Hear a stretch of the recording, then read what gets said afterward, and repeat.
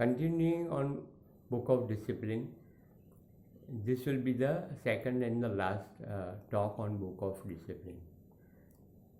Moving further, whoever rules over his own earthly desires, passions, actions, words, thoughts, and being constantly watchful for the highest light is on the right path. Such shall bear and hear his voice. The Creator is as near today as in the time of the ancients. Reading the Creator is as easy as observing his creation. Inspiration comes less by written words than by observation of the creation. The Creator will answer you in your behavior and in the happiness of your soul.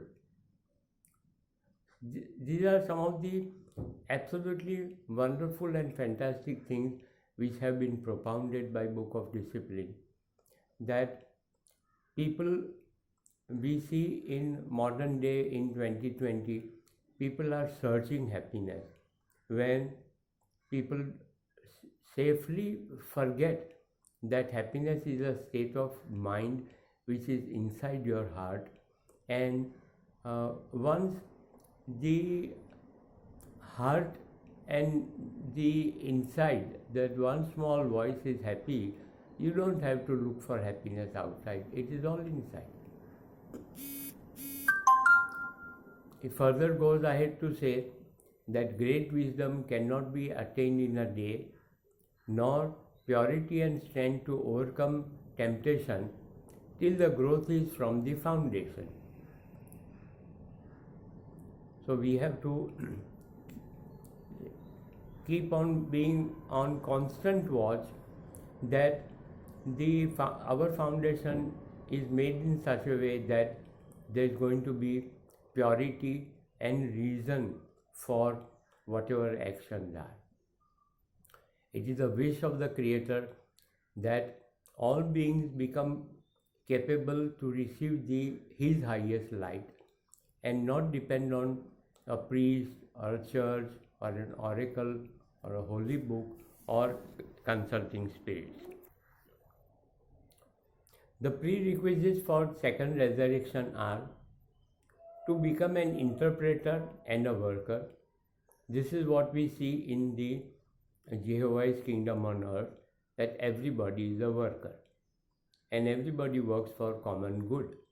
And once you do that, it gives you such a lot of satisfaction and happiness. When you see a smile on somebody else's face that you have helped him, then there is no better earning than to see that joy in somebody else, on somebody else's face. To give peace, joy, love and harmony to all beings, to make another's hardship light, encourage and give strength and happiness and cheerfulness to others, never to sit in judgment over others, and to discover the good in others and encourage and praise others for doing good to others. Some of the other things that we have to be careful is that we have to discourage thoughts of eating and drinking and physical pleasures, give up thoughts of sexual indulgences, and learn from the animal world how the animals conduct themselves in matters of sex. Men should give up selfishness and criticizing others for their shortcomings. All of us should practice the highest light, which is serving the all highest, the Creator. Each one's own salvation is directly related to his own inner light and highest light that he follows. Whoever is only concerned with salvation of his own soul is not ready for the higher. When you practice the all highest, the others will depart away from you, because for all people who are living, following the highest is not for them, or they by their own lower level inspiration of the beast inside, will start aggrandizing or amassing for himself and not for others. To promote peace, order, uplifting of others, to promote goodness, truthfulness, and right act is the highest light. One should keep away from others who preach darkness, or else you can also get pulled down into their darkness. For this reason, it is good not to get into arguments with others for something that you feel good based on your highest light, whereas the others would not be following the highest light, and hence it is like banging your head against the wall, because the wall does not want to understand.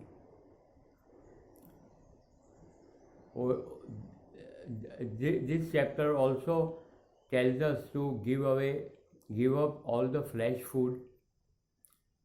Giving flesh food is easy, but giving away dark thoughts as well as words, how many of us can do this? Giving up animal food is that way easier, but who can give up negative thoughts? This is a very important matter that every one of us should think of.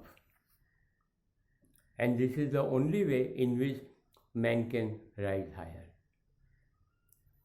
When a man attributes everything to the Creator, that man is on the right path and becomes a builder. To strive continuously for the right is excellent discipline. To be capable to judge the right and do it is excellent discipline. When you have joined with the others for a confraternity, to do these things for the Creator is second resurrection. Each one should gather knowledge for themselves, because no one else can do it for you. One who recognizes the Creator in every small little thing in life, in flowers, in leaves, in trees, the other human beings, the wind, the mountain, the skies, the stars, the animals, knows the Creator's presence in everything, and this is what makes him happy. To be one with the Creator is godliness. To be one with the God is open and possible for everyone. This brings me to the end of the book of discipline. As one can make out from whatever I have talked about, life is that way is very simple, provided we conduct ourselves properly with that one small voice inside, and we let him guide us through. Life becomes very simple, very easy. There's no strife in life, and the happiness will be the result out of it. People who meet you and who interact you should get that same sense of joy, happiness in interacting with you, and would have a positive feeling of interacting with you, as well as to act in similar ways in conducting their own lives. The OSP says it very openly, and I am trying to maybe make it more simplified, that this life is a preparation for our next one, and if we are prepared in this life for a higher level in the next one, then we have everything to gain and nothing to lose. And for argument's sake, if there is no higher life in the next life, even then we are happy that we have conducted this present life in such a beautiful way that